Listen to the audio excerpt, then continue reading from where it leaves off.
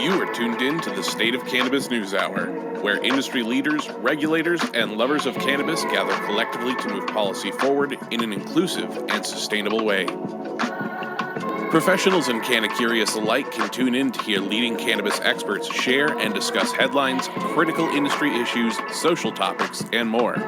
The State of Cannabis NewsHour, your daily dose. Hi, and welcome to the State of Cannabis News Hour, where we bring you all the top stories you need to know and talk about them for 4 minutes and 20 seconds. Our news is bite-sized and infused with a nice mix of facts, opinions, and a pinch of humor. It's Monday, January 3rd, 2022. This is episode number 185.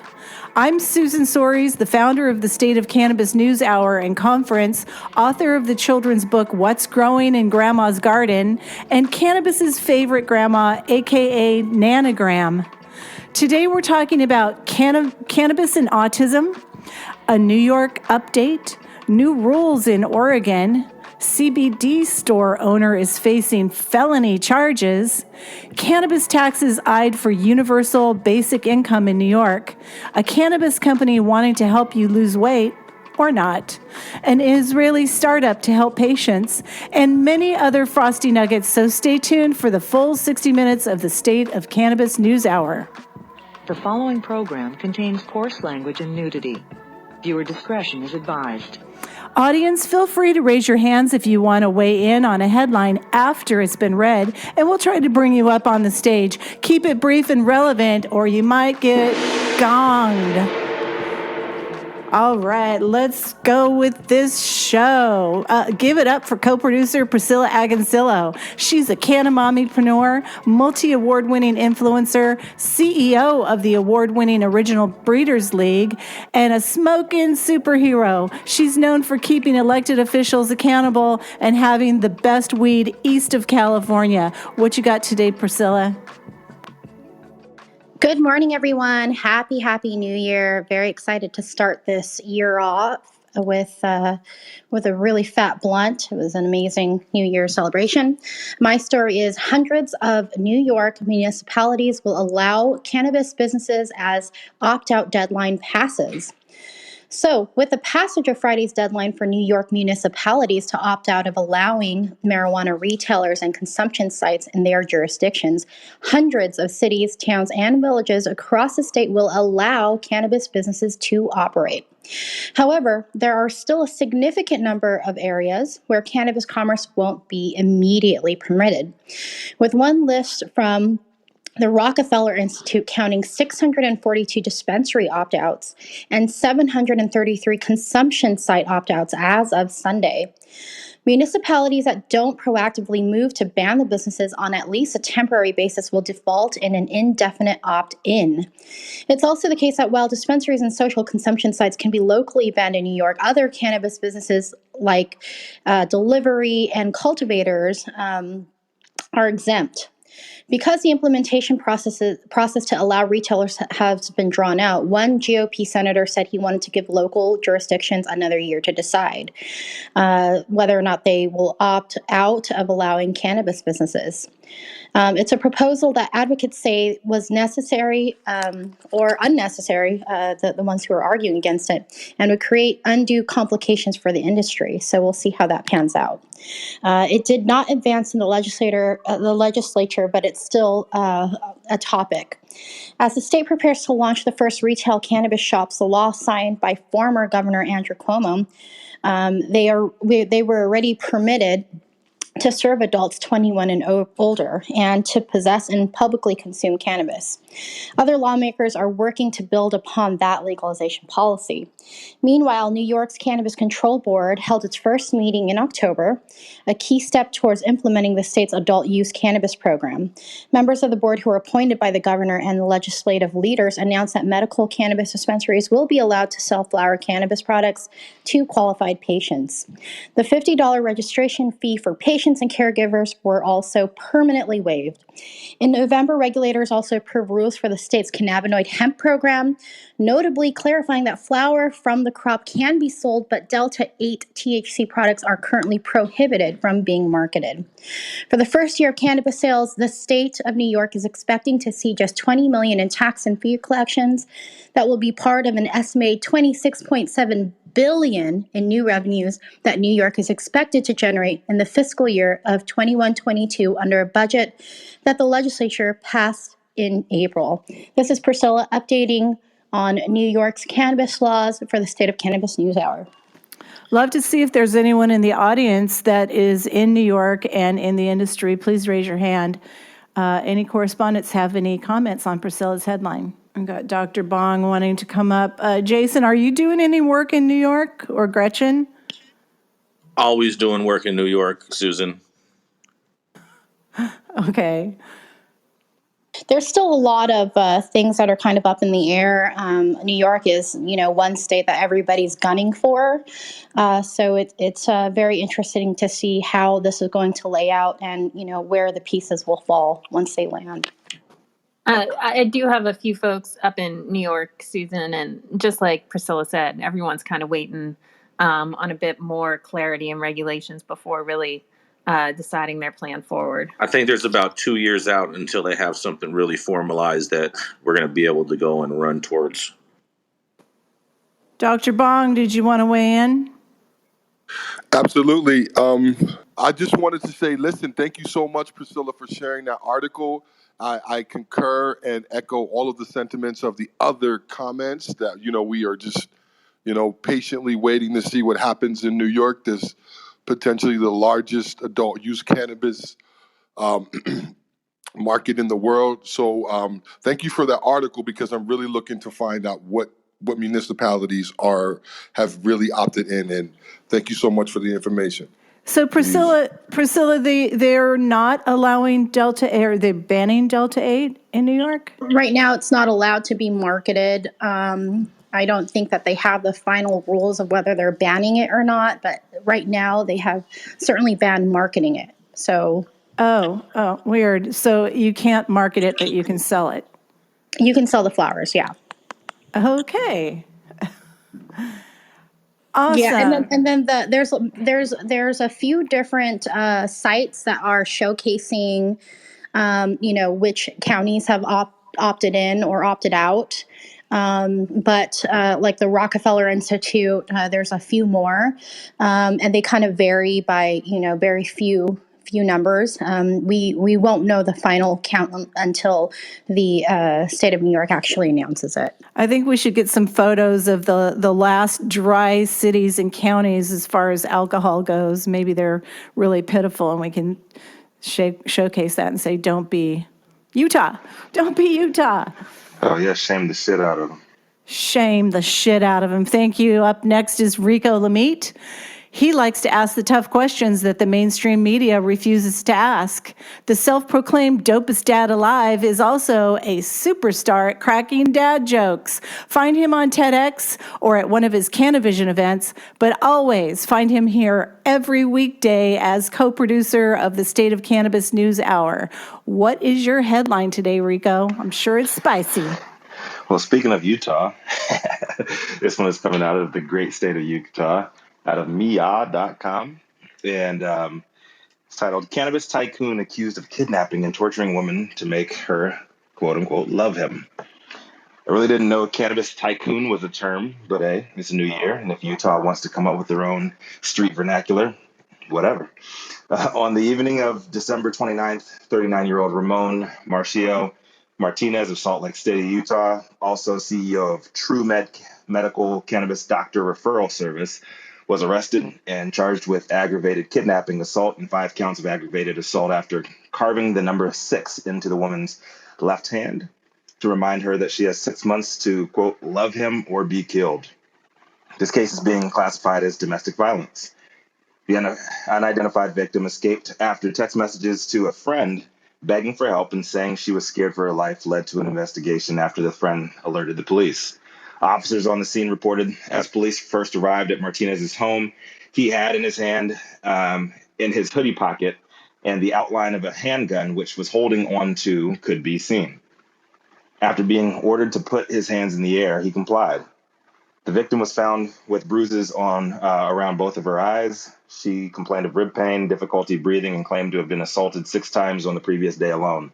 The affidavit said Martinez was taken to the hospital to check for high blood pressure after being detained by the police, where he confessed to strangling the woman, but said it was during consensual sex.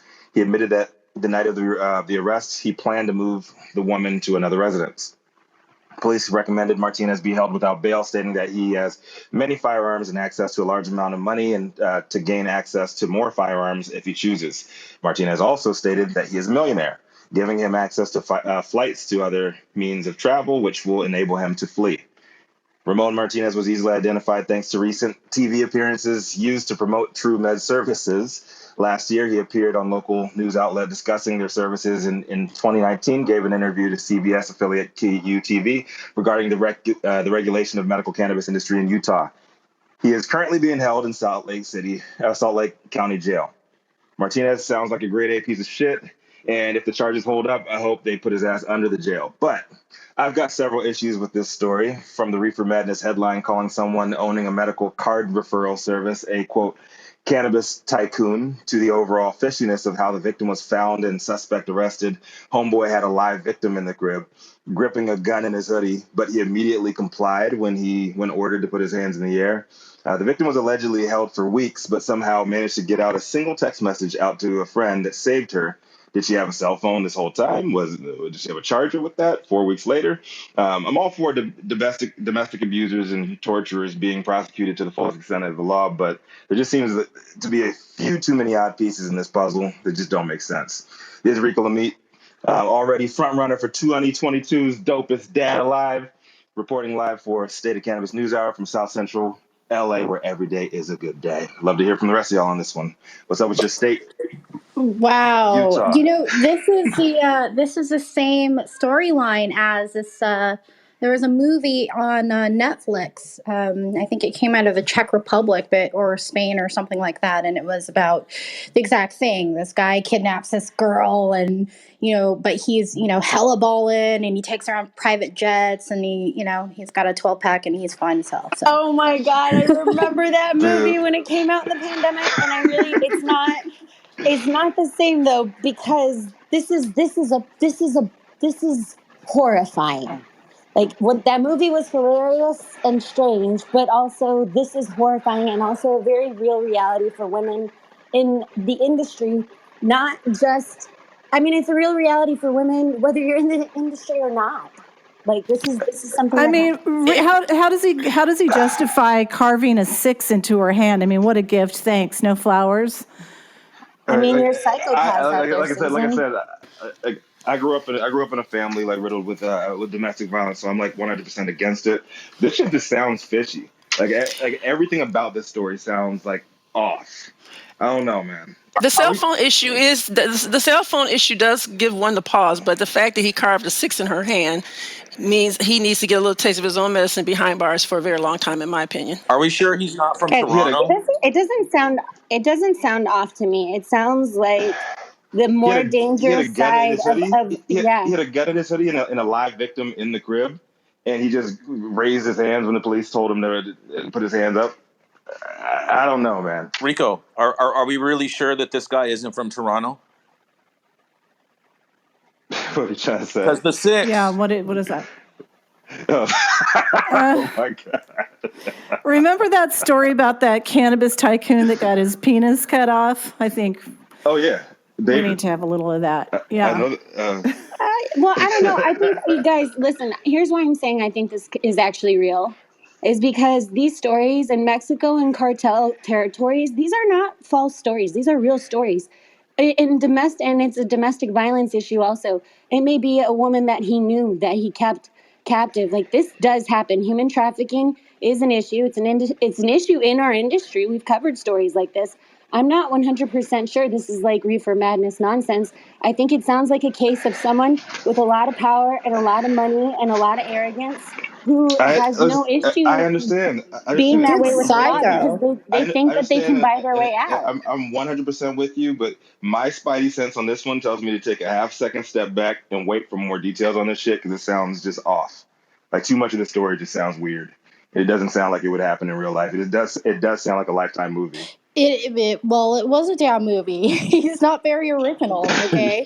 But it is kind of interesting. The women that are in cannabis actually are subject to not reporting their domestic violence issues more because of the industry that they're in, and because of so many other reasons. Like it's been turned around so many times on women in the cannabis Yeah. space. But there are Um, women who will go to trim in spaces in a trap space, and I'm not saying all trap spaces, but there are women who will go trim and they will become trafficked. This is a reality. Yeah, and this news outlet is calling him a millionaire cannabis tycoon that owns a medical referral service. That's true, Rico. That's bullshit. I agree with you on that. He's not pushing packs. Yeah, that sounded kind of He's weird not too. touching flower. Like this shit sounds bunk to me. Does Utah have inmate locator or anything like that? You could look and see if there's any details about that. Highly functioning men can be abusers. I'm sorry. I don't care what his education is, what his position is. Dr. Felecia, Any man can be an I'm abuser. not saying he's not an abuser. I'm not saying he's a highly functional man. I'm just saying that there's too many like question marks in this story, like how it's written, how it's pushed out. Like I don't know. No, I Yeah, hear what you're what he's saying is they're trying to make the industry look bad by calling him a Yes. cannabis tycoon. There you I go. think so. I hear that, Rico, and I do agree with you on that. I just don't disbelieve the violence or the degree or the fact that this is probably maybe be a trap operator or an affiliated operator, a gang affiliated operator who has done this, because this happens a lot to a lot of women. Femicide in Mexico is insane. It's very believable. But this is Utah. This doesn't say Oh shit yeah, about I know, Mexico. but these markets and these operators are not limited to Mexico, and the way that they operate is not limited to Mexico. If you don't think that there are some operators in your backyard, in your state, wherever the hell you are, you're wrong. I mean, I worked for the federal government. We had Russians who were in New York City. Like, we had all sorts of shit. Guys, America, come on. It's in your backyard. This is true. America. Well, up next, we have our very own Gretchen Gailey. She is the founder of Panoptic Strategies and our very own Washington Insider. Gretchen, what do you have for us this morning? Good afternoon, Priscilla, and Happy New Year on that uplifting note. Hopefully, I will find a more uplifting story for you folks. Coming out of Mississippi from WLBT, the headline is Governor pushing back on drafted medical marijuana bill. Legislature believes they could override veto. After the Supreme Court overturned Initiative 65, the attention turned to the legislature and the governor, but still there's no program in place. Governor Tate Reeves said on December 20th, I know they want you to call it a medical marijuana bill, but I'm going to call it the marijuana bill as it currently exists. For the last 2 weeks, Governor Tate Reeves has been more vocal about his opposition to the drafted bill. His concern, the amount allowed per person. He said 3.5 grams would allow for all 300,000 Mississippians with a marijuana card to get up to 11 joints a day. 11 joints a day, that at some point has become no longer medical marijuana but recreational. Representative Lee Yancey doesn't think that many Mississippians will qualify under the eligible debilitating conditions, and not all who do will choose to smoke it. Yancey noted he uses recreational terminology, making it sound as bad as it possibly can. I say we are allowing 3.5. The governor is using a much smaller amount inside the rolling paper, if you will. He's using 0.32 grams, which sometimes has been a recreational drug bust. They sell those things on the street for as little potency as possible, for as much money as possible, where in a medical marijuana dispensary, you're going to get those three sizes, 0.5 grams, 1 gram, or 1.5 grams. The We Are the 74 group is planning to be back at the Capitol when lawmakers return next week. Their president, Bethany Hill, said, no offense, Governor, but doctors go to school for almost a decade and study. And you don't have the right to determine how much medicine our body needs. So I just think it's a lot of it is absurd. The governor says he won't sign the bill as it currently stands, but Yancey says we feel like we have the votes to pass it, which is 60%, and we have the votes to override a veto, which is 67%. Lawmakers will return to the Capitol tomorrow and are expected to take up this bill at the beginning of the session. I would say, yay for the Mississippi legislature if they do manage to pass this and have the votes to override the governor's veto if he decides to go that way. It's time that the will of the people of Mississippi had their voices heard on the vote that they overwhelmingly voted for cannabis. And I would love to see the legislature override the veto. That may mean for a difficult road of actually getting regs and things up and going in this market, because it's usually better if you have the governor's support, but we shall see how Mississippi goes forward. I see cannabis in Mississippi in the future for 2022. This is Gretchen for State of Cannabis NewsHour. His new name is Guy, formerly known as Governor. It should be interesting. I'm not sure when he's up for re-election, and I don't know what he's thinking of being so opposed to cannabis when the folks have voted for it, but we shall see. So up next, bringing in the new year with a new plane that he's hopping on, going from West Hollywood to Mar-a-Lago. It's our favorite conservative in 2022 so far. What you got for us, Mr. Jason Beck, industry's longest running, continuously running retailer in the world? Good morning, Rico. Thank you so much, and good afternoon or morning, wherever you are in this amazing country we all live in. And my story today is a fascinating story and just adds more on to the CBD and Delta 8 drama, where a CBD store owner faces felony charges after raid. The owner of a CBD store is facing criminal charges that could mean spending decades in prison. He says he's innocent, but others in this industry aren't too sympathetic. Chris Sirocos is behind the counter at Superstar Buds, despite law enforcement raiding his business back in March. They destroyed my whole life, my family, said Sarkos. I'm facing 50 years for selling CBD. Sarkos closed his Superstar Bud store in Menominee Falls following the raid and moved his business to West Ailes, but he can't escape the store's history. Sarkos is facing 9 felonies and 2 misdemeanors, including possession with intent to deliver THC and maintaining a drug trafficking place. We never implied to anyone that we were selling marijuana, which is what they are accusing me of, said Sarkos. We are selling hemp. A criminal complaint says an undercover officer made a series of purchases from Superstar Buds that revealed products with THC levels well over the legal limit for hemp, which is 0.3 Delta 9 THC.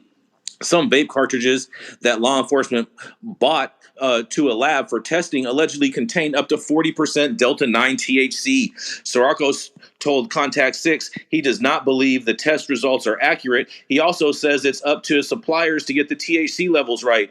We're 100% reliant upon the certificates of analysis given to us by our suppliers, said Sarkos. It's an argument that doesn't go over well with Rachel Cartwright, the owner of CBD Therapeutics of Wisconsin in Oak Creek. Cartwright says punishment for a pot conviction more than a decade ago motivated her to follow the rules, acknowledges there's a lot of gray area in the state's regulation of hemp products, and still she says there are best practices CBD retailers should follow. The first thing that you do when you get something in your facility is test it, said Cartwright. Everything that you're handling should have literally less than 1% THC.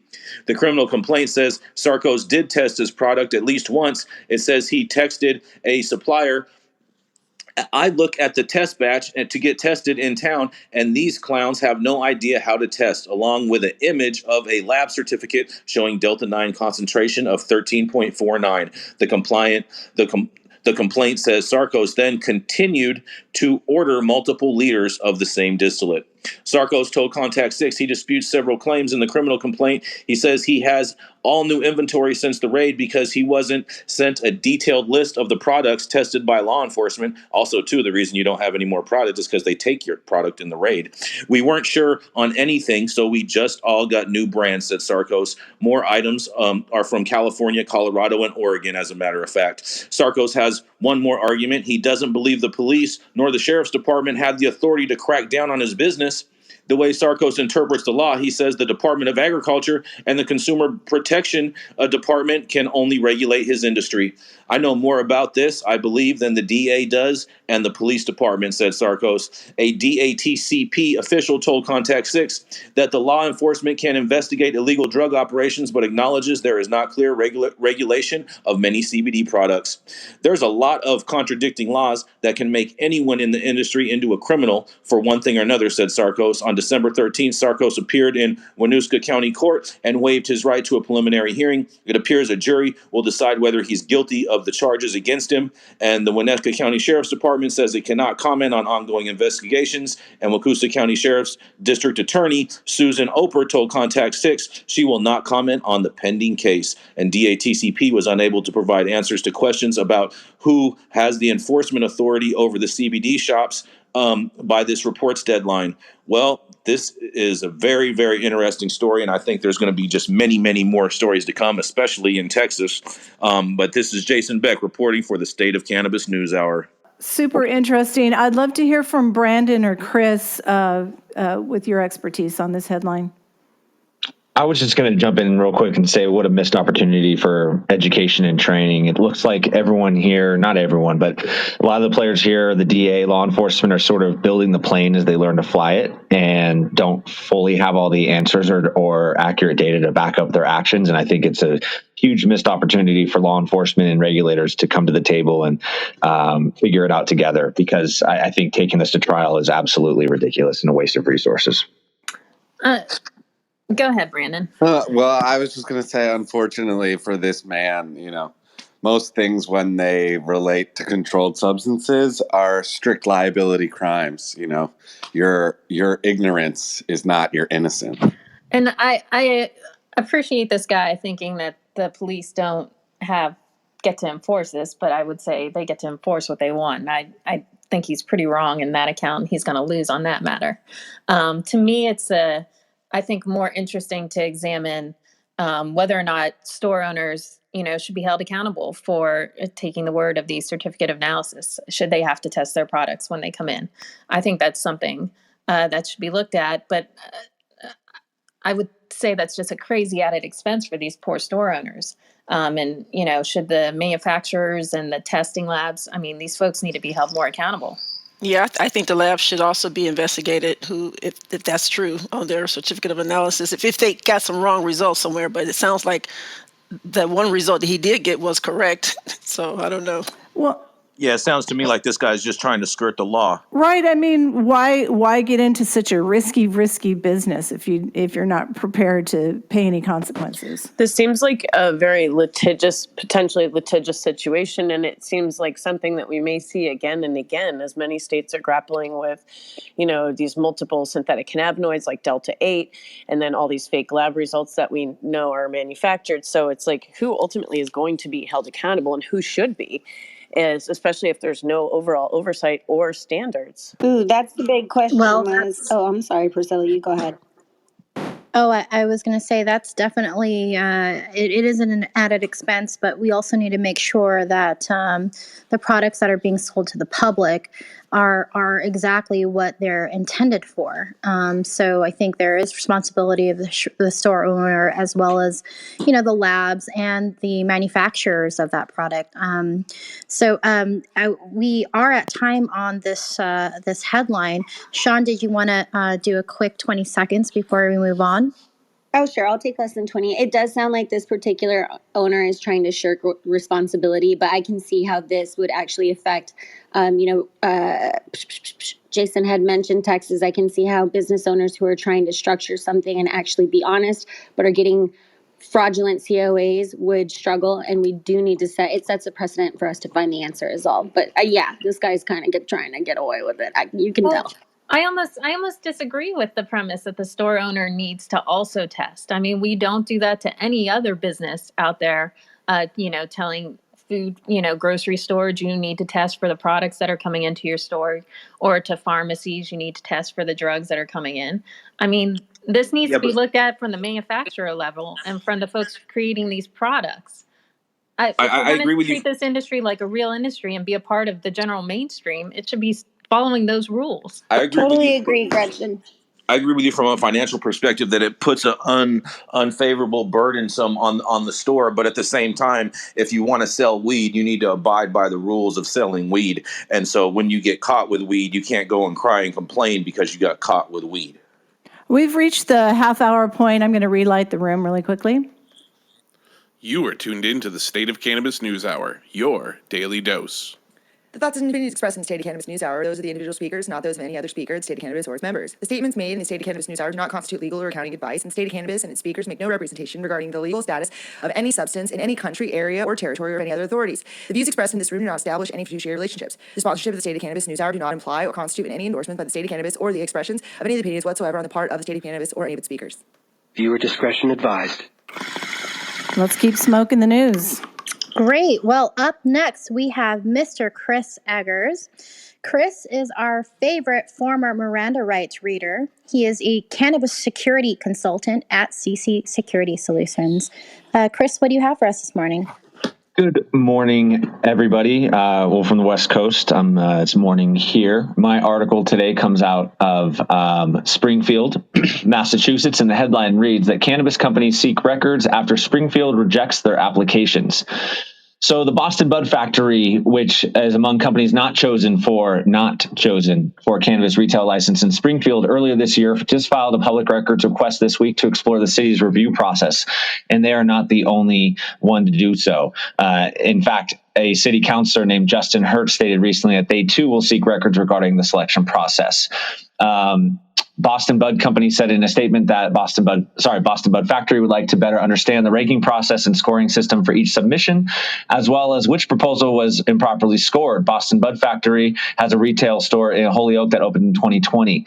The company said it submitted its application with all the other required documents and it participates in the state's social equity program. The program is designed to make ownership and employment opportunities more accessible to low-income people and communities most impacted by the criminalization of cannabis, according to the guidelines set forth by the State Cannabis Control Commission. Now, an attorney representing another business, DM Springfield, filed a separate public records request back in June. He said that DM also has questions and concerns regarding the selection process. DM's proposed retail cannabis store at the former Macy's building at the Eastfield Mall on Boston Road was selected as a host community agreement, but its separated application for a cultivation business at the mall site was not selected. So it looks like City Solicitor Edward Pollock, in a recent response to the audit, said that the mayor ultimately has the discretion to choose cannabis companies for host community agreements. Looks like this is going to be an interesting story to follow because, personally, I think it's interesting when folks make public records requests and to see what comes back. But according to this article, only one page was returned to one of the attorneys. And so whether some of the records are being withheld or not released to the public, for various reasons, I don't know.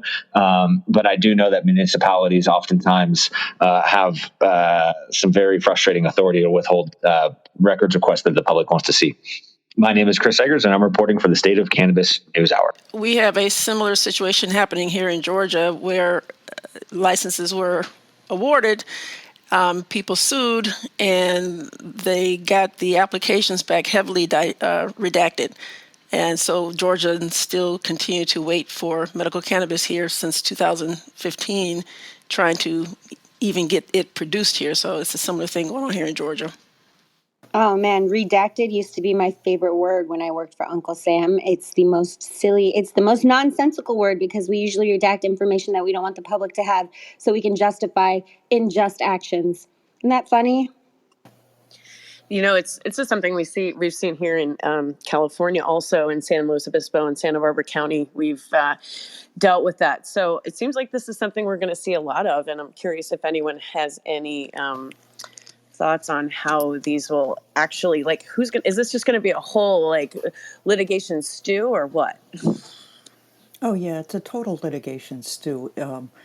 Massachusetts left it up to this host community agreement thing, so the local communities have to approve and get an agreement, and that has led to major corruption, including one mayor going to jail, as we know. So it's just rife for corruption and greed and graft, and it's just a total mess. Follow that money, right? Like Rico says, because I think unfortunately that seems to lead us to the same place in the end. Go ahead, Troy. Hey, everybody.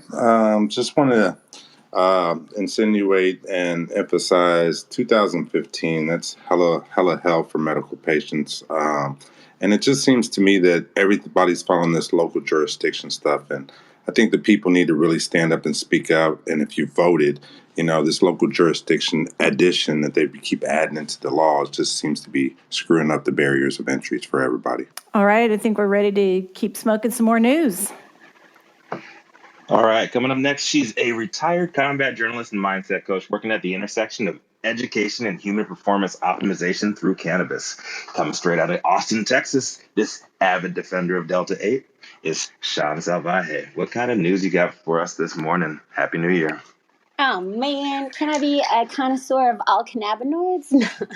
Let me see here. My story for today. I'm so sorry, you guys. It actually just dropped off, but it is coming out of New York. I do have some recollection of it, and it's about a young mayor who is out of Rochester, and he's suggesting that we use cannabis taxes to. Why don't I just click the link at the top of the, at the top of the show? I can do that.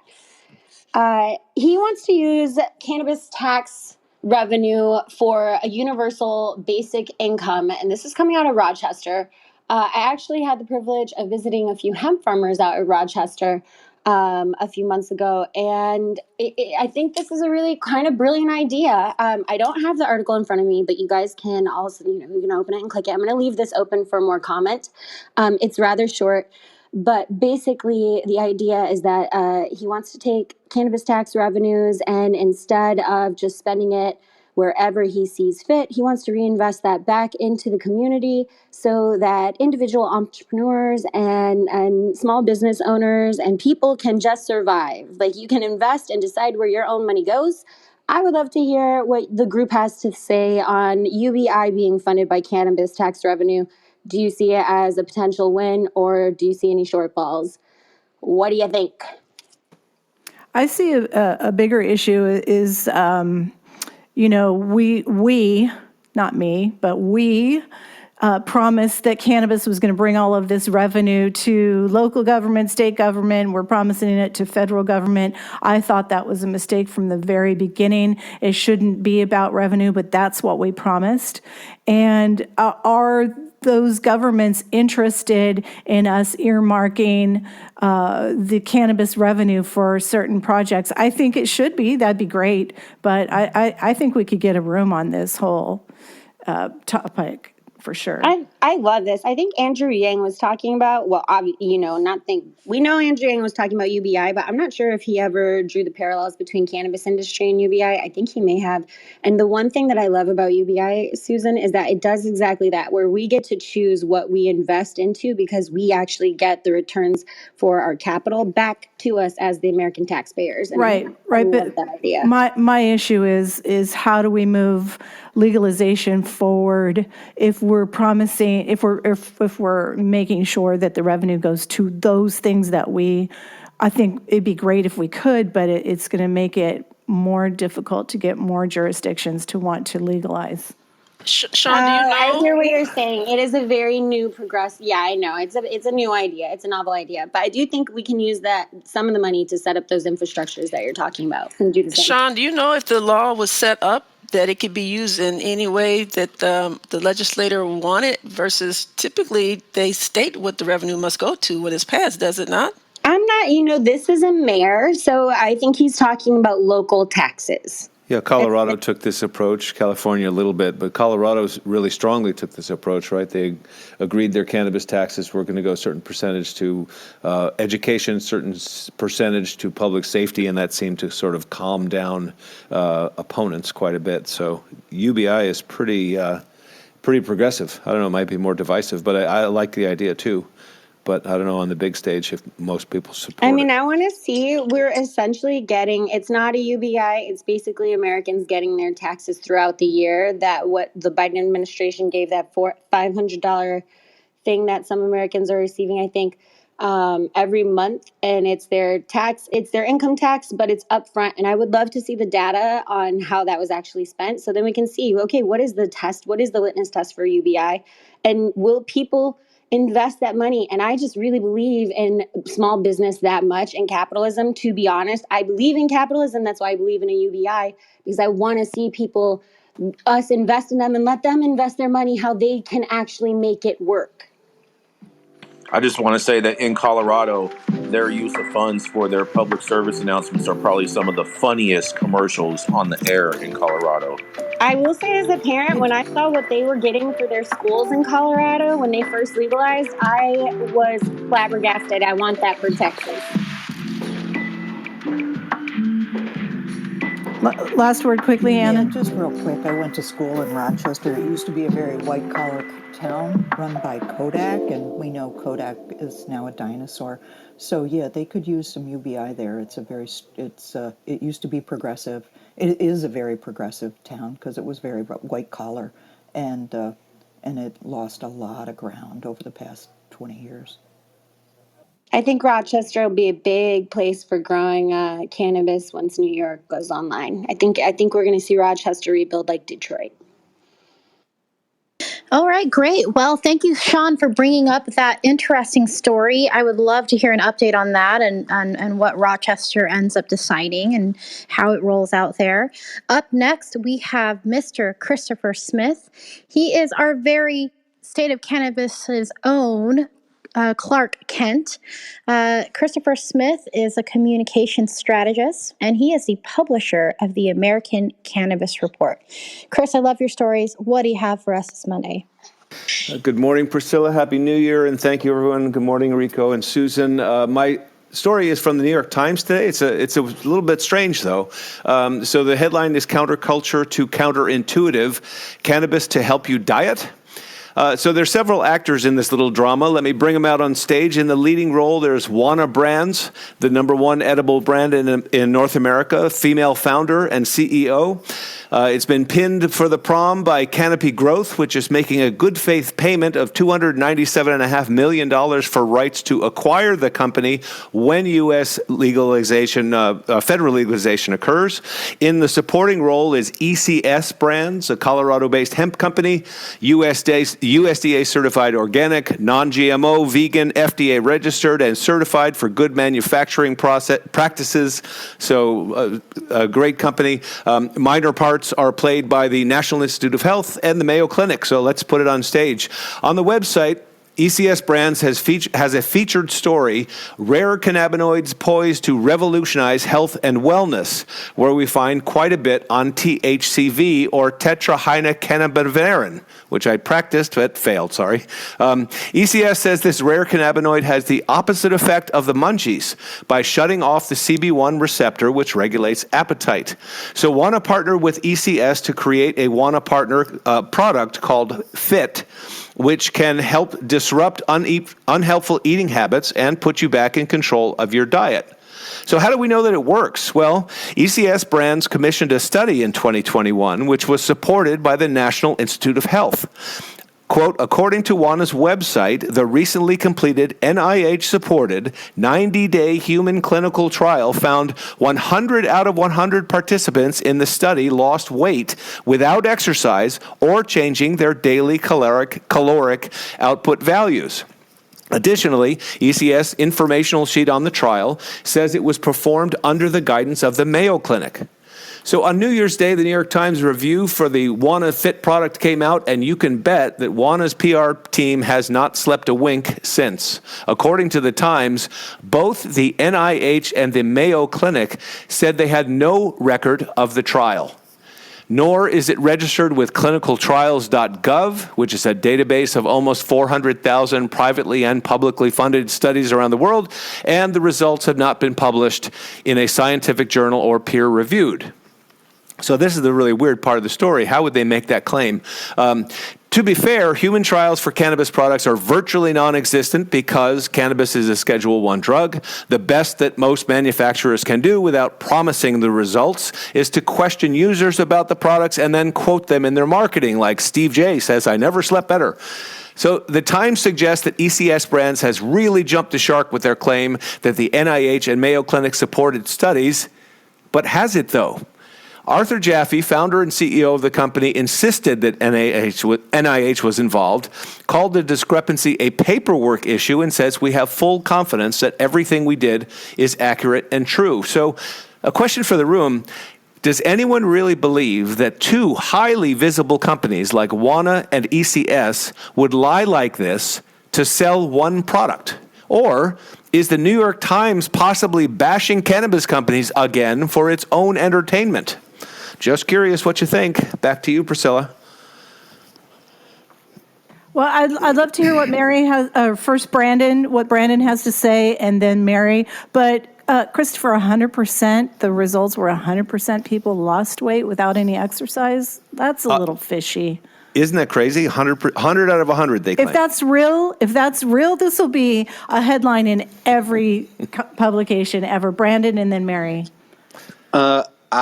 I am curious to see if WANA or the people producing this study self-publish those results, or if the only place we see that commentary is in something like the New York Times. Wouldn't shock me if we only see it in the New York Times.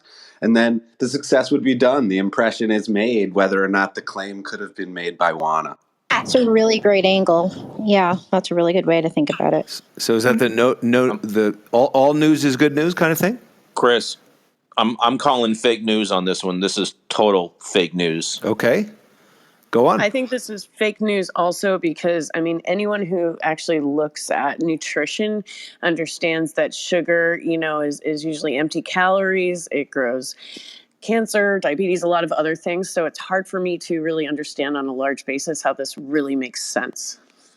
Dr. Mary, I know you came up for comment on this. Would you like to input?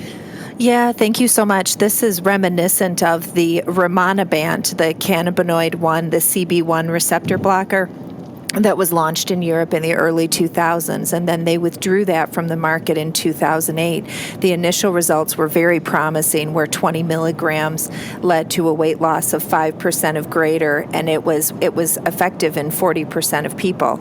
So it was an effective drug, but when it was released on a larger scale, it blocked CB1 receptors and led to mood disorder, led to depression and suicidal ideation, and so it was these cannabinoids that are especially they think that CB1 receptor blockage is effective for weight management but leads to mood disorder, but we also think that potentially stimulating in the way that the THCV does will lead to weight loss. And I've heard about some promising, very small, but these are not NIH funded studies. I'm hearing from industry people in Colorado who are just trying it on some people, that THCV does have this potent weight loss potential. But I can't find the link to the study. So, yeah, I think this might be bullshit. So anecdotally, I take THCV regularly, and we have a hemp farmer out here in Texas who can grow THCV, and it's not scheduled. So he's running with it, and he has an incredible tincture. And I take it, and I have Hashimoto's thyroiditis, which means sometimes my weight gain can be uncontrollable. And I swear to God, it helps me regulate it, and it also makes me crave vegetables. So it keeps it much easier to eat a clean diet that is in alignment with my autoimmune protocols. Honestly, I just think it helps people see what their body actually needs and amplifies that effect. So I'm not going to rule out let's hear from Dr. Felecia and then Jason, and then we need to keep going.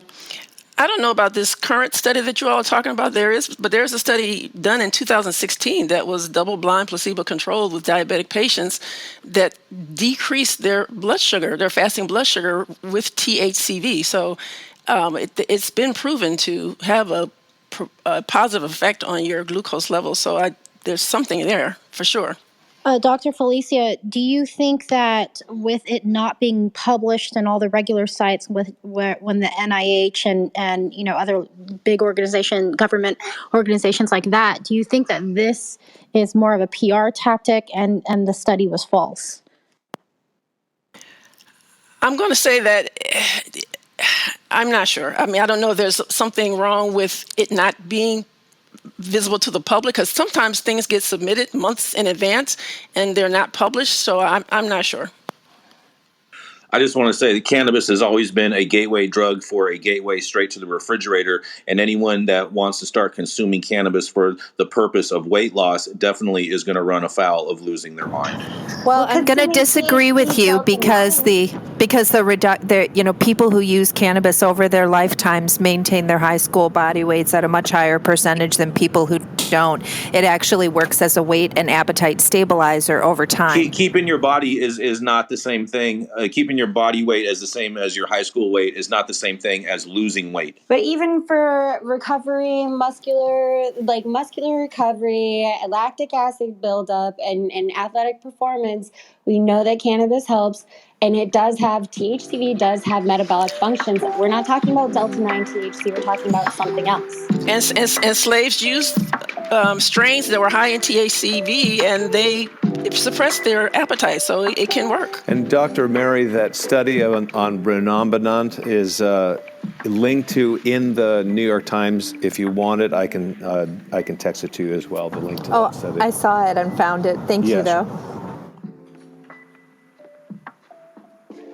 Not to mention, you're not losing weight by eating boof edibles. You got to get that in there, don't you, Jason? Or boof snacks, Jason. That's probably what you keep in your fridge. All right. Ooh, shots fired. All right, so up next, she's the Plants for Life CEO and dual board certified physician with an affinity for helping folks understand and manifest the immense power they have over their personal health while using cannabis. Up next is Dr. Felecia Dawson. What kind of news you got for us this morning? Happy New Year, Dr. Felecia. Happy New Year, Rico. Thank you. Happy 2022, everyone. My headline comes from the Times of Israel. Israeli startup aims to light medical cannabis patients' way through hazy system, written by Ricky Ben David. In the confusing world of medical cannabis in Israel, patients often grope in the dark, trying to figure out how and where to get the products they need, says Elad Gazit, a medical cannabis patient himself and founder of a startup that aims to address the problem. Gazit's company, Cannabis, seeks to become a go-to resource and online marketplace specifically for patients like him. Patients have no access to data or information about what they need to do, what products they need, where they can buy them, what the prices are. There's zero information flow, Gazit said. Medical cannabis use is legal in Israel, but patients often complain that navigating the industry is confusing and frustrating, and the path to obtaining a medical cannabis license from the health ministry is about as direct as a roller coaster ride. In an interview with the Times of Israel, Gazit said that the industry was a Wild West, being immature data-wise, with patients being forced to seek advice regarding chemovars, doses, and delivery methods on WhatsApp and Telegram groups because doctors and pharmacists lack comprehensive knowledge. Consumption of medical cannabis has been legal in Israel for about 20 years, but the sector has yet to be fully integrated into the public health system and operates on the sidelines. As an entrepreneur and former venture capitalist, Gazit saw an opportunity, and he linked up with a fellow entrepreneur, Oded Ben Dov, to establish Cannabis. Cannabis, similar to sites like Weed Maps in the U.S., offers detailed information on available cannabis flower strains, levels of THC, terpenes, and expected results. Israel is a home to about 10 licensed growing companies. Cannabis also points patients to pharmacies near them that stock the products in real time, and they can order them for pickup or delivery. Israel nearly has 100,000 medical patients, and the cannabis startup also hosts monthly webinars for doctors and pharmacists. The company hopes to soon offer online one-on-one consultations between patients and medical cannabis professionals.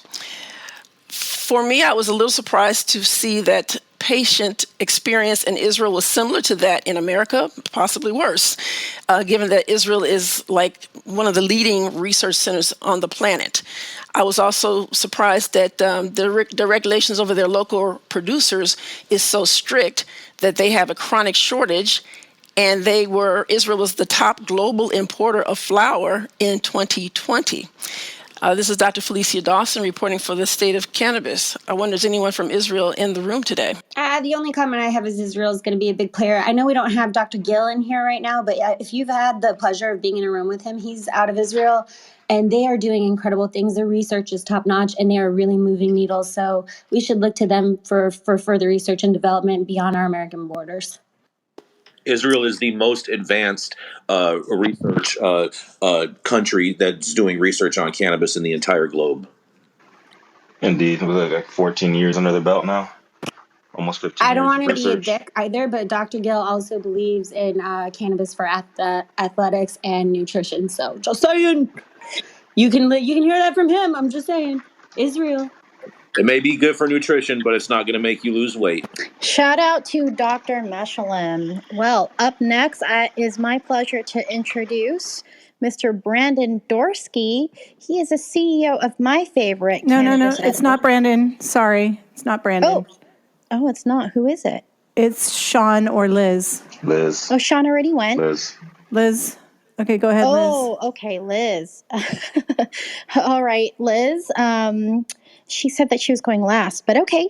So Liz is up next. Liz Rogan is our pinner girl, and she is also a cannabis educator, brand strategist, and healthcare consultant. She's also the founder of the Cannabis Business Council of Santa Barbara County. Liz, what do you have for us today? Good morning. Thanks, Priscilla. Thanks, everyone. Happy the first Monday of 2022.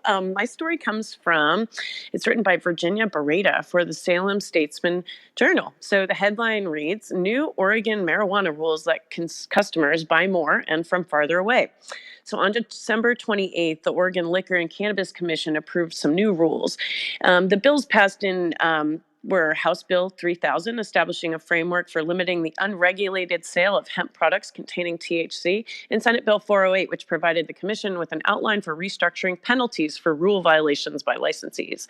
The goal was to help streamline the oversight, decrease violations, expand choices for consumers, and help prevent children from accessing hemp products containing THC. So the changes were in response to the industry's rapid growth and designed to put Oregon in alignment with other states and position the state for national legalization. Some of the rules are taking effect January 1st and others kick in later this year. Here's just a few of the changes that are pretty interesting. So as of today, consumers can now buy 2 ounces of usable cannabis, up from 1 ounce. Edible concentration limits increased from 50 milligrams. They will increase from 50 milligrams of THC to 100 milligrams of THC per package on April 1st. Home delivery will now be approved across city and county lines as long as local authorities approve of it. Apparently, previously, delivery was only limited to cities or counties where a cannabis retailer was located. On July 1st, hemp products containing large amounts of THC will be available in hemp edible products to 2 milligrams of THC a single serving and up to 20 milligrams of THC per container of hemp product. The commission requires that non-intoxicating artificially derived cannabinoids go through the ordinary regulatory review process required for ingredients in dietary supplements. Some example, they would have to approve CBN. It would need to meet the standard of the new dietary ingredient notification, which is generally recognized as safe. And these licenses will have 18 months to bring their CBN products into compliance. There's reduction in the time and cost for licensees for plant tagging and harvests, hopefully helping licensees' ability to self-distribute their products.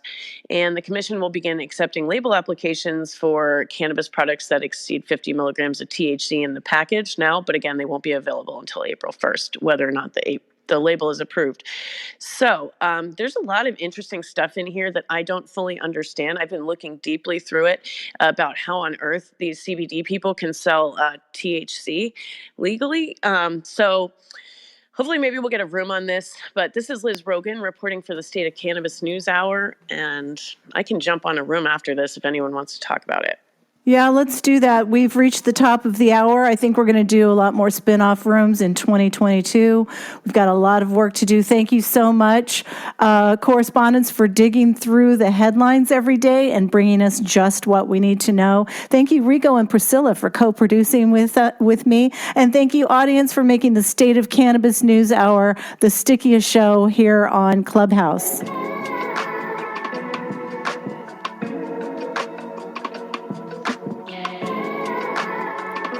You've been tuned in to the State of Cannabis News Hour, where we collectively move policy forward in an inclusive and sustainable way.